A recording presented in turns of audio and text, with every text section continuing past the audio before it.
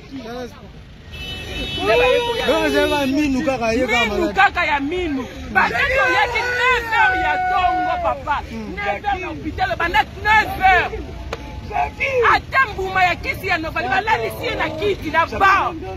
Bazomona mutu aloba te azokoma, asakuna place azokoma. Kwa senge eloko ya komi, kwa zongisa bo ya komi. Kwa abozomona akangami eloko mashwa ngiswe kanga. Ngamna alaki na ye.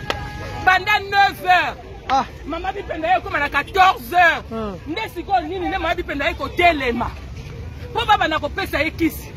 Bazolo bana urgence docteur moko azate ba docteur bakeiko ko sala réunion. Na 9h du matin mutu banda bayaki.